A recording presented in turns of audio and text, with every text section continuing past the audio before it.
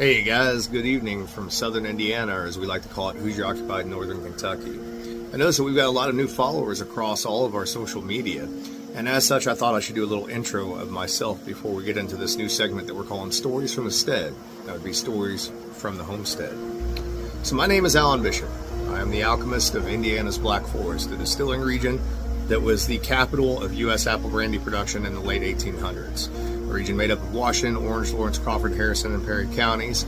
A region with a lot of both Palatinate German and Welsh ancestry. I have neither of those two things. My family comes from Appalachia, but I am a first-generation Hoosier, and I absolutely love Indiana. So, I'm also a storyteller. I'm a spiritual alchemist. I tell stories, whether it be at the One Piece at a Time Distilling Institute over on YouTube, or Distiller's Talk with my co-host Christy Atkinson, wherever you get your podcasts, or my Fortean High Strangeness podcast called If You Have Ghosts, You Have Everything, wherever you get your podcasts. As part of my job as a distiller, and part of my spiritual belief system, spiritual idea system, I like to breathe new life into old stories, into people who didn't get their just desserts in life. I did this at my previous distillery with a lot of the legal distillers here in southern Indiana. I will continue to do this at Old Homestead Distillery with both legal and illicit distillers. But I want to take some time and pay tribute to some of those illicit distillers that I never got a chance to pay tribute to before at my previous employer, because it would have been considered uncouth to pay tribute to a moonshiner and a legal distillery in that fashion. However, I now have the freedom to do as such, and to do as such with some authenticity, as we are making our own moonshine-inspired products called Sunshine, our version of legal moonshine made with roasted malted black oil sunflower seeds. Intro out of the way, let's jump into tonight's stories from the Stead. So, 8 boys on an early October afternoon, Sunday, October the 7th, I believe it was, around 2 o'clock in the afternoon, just north of Salem, Indiana, decide to explore a local, well-known cave. It's a little bit of a hard cave to access, really just a hole in the ground with a makeshift ladder to get in and out, and a hard belly crawl to get into the main portion of the cave. As the boys head into the cave, they head about 100 yards back to where they find a rock ledge. There, they make a shocking discovery. Upon the ledge, laid out on a older woman's green coat, is a man, deceased with a single bullet wound to the top of his head. He's wearing overalls, work shoes, and a blue shirt. Next to him on that rock ledge, they find a number of burned matches, as well as a dry rock that he presumably carried into the cave with him to light the matches, and a .32 caliber pistol.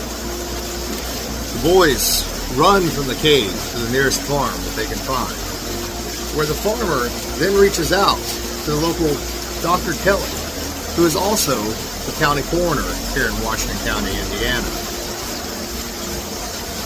The police and the doctor arrive at the scene somewhere around 4 o'clock or so.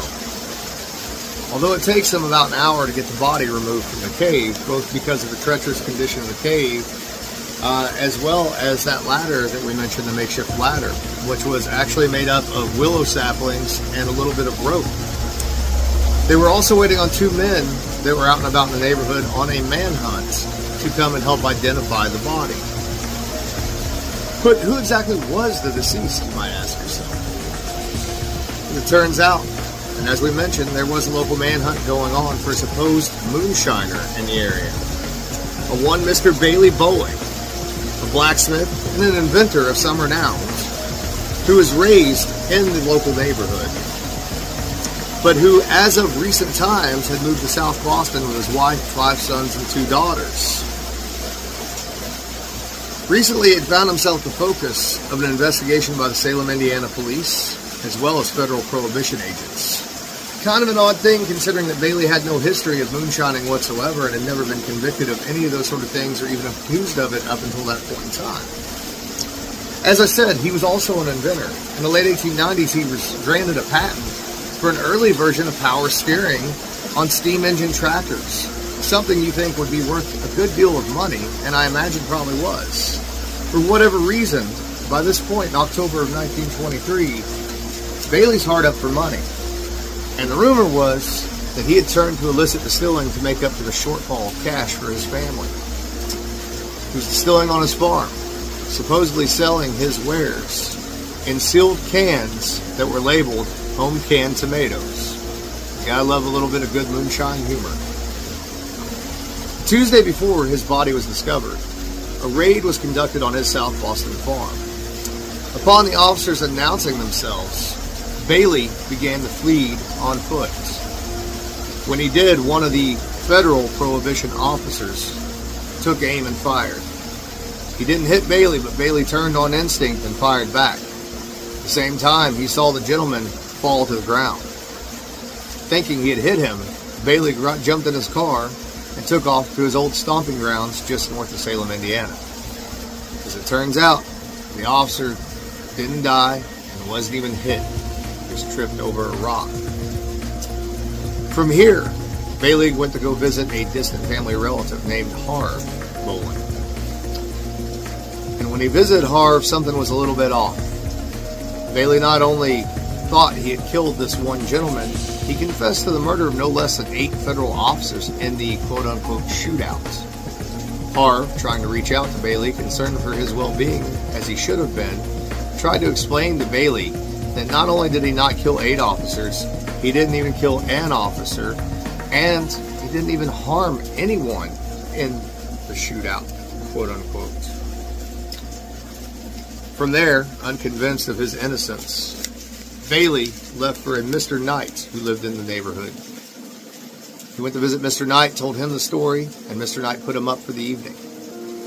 The next day, Bailey approached a farmer's wife in the local neighborhood, and he asked to buy a pie from her. He offered the lady $8. When she noticed the expense that he was willing to pay for this pie, and that he was insistent that she give the change to his wife, she pressed Bailey for answers as to why she should do this. Bailey simply responded, "I'm never going to see my wife again. She's going to need this money. Please make sure she gets it." He left on foot from there, and that was the last that he was ever actually seen alive. So if he did off himself, why choose the cave? Well, it seems that Bailey was very familiar with this cave growing up in the local neighborhood. He used to spend a lot of his Sundays there. Bailey was apparently, by all accounts, a very convincing ventriloquist and was very good at throwing his voice. He liked to hide in the cave and scare explorers on Sunday afternoons that wanted to check out the cave. Somewhere he felt familiar with. Somewhere that he could kind of think of as a tomb to retreat into himself, I suppose. That cave, to this day, lost its original name. To this day, that cave north of Salem, Indiana, is known as Suicide Cave. It's supposed that Bailey did what he did as he saw or heard the boys approaching. And the reason that we think it was in that short window around 2 o'clock is because the body was still limp when it was recovered from the cave. Rigor mortis had not set in. It's thought that he might have had a mental breakdown thinking that he had killed someone, and he just couldn't stand the thought of taking a life. Although one of his sons testified that Bailey had left home with $40, the coroner only found $1 and 3 pennies on his persons.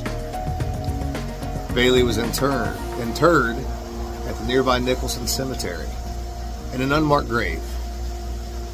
Fortunately, this was customary at that time for people in Bailey's situation due to the Southern Hoosier attitude towards said situation. Although there were many barrels of pawpaw mash found on Bailey's South Boston farm, no still was ever recovered. To add to the sad story, as we said earlier, not a single agent was hurt and or killed in the raid. It's hard to imagine what Bailey was thinking at that time. Sad, tragic story. Bailey's wife, Rachel Rodman Bowling, was actually institutionalized at North Madison, Jeffersonville, Indiana, where she left this mortal coil in December of 1925, a year and a couple months shortly after Bailey did what he did. She herself has some claim to fame through her genealogy, as she's actually a niece of Thomas J. Rodman, the creator of the Rodman cannon that helped the Union win the Civil War. This story is another example of the horrors caused by Prohibition. The temperance cure always had side effects, amplified 1,000 times more than what the alcohol production caused. There are strange elements of the story, and I do question what may have actually happened to Bailey, specifically concerning the guys who were on the manhunt for him in the first place. If maybe he had fired at them as well. It's hard to say.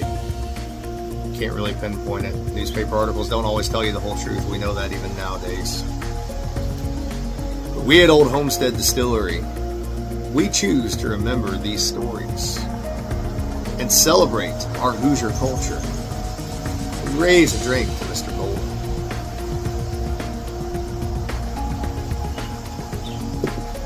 And to you, if you find yourself in Salem, Indiana, at Nicholson Cemetery, think about dropping $1 and 3 pennies as a temporary memorial to Mr. Bowling. With love from our heart to your heart. Stories from the Stead, signing off.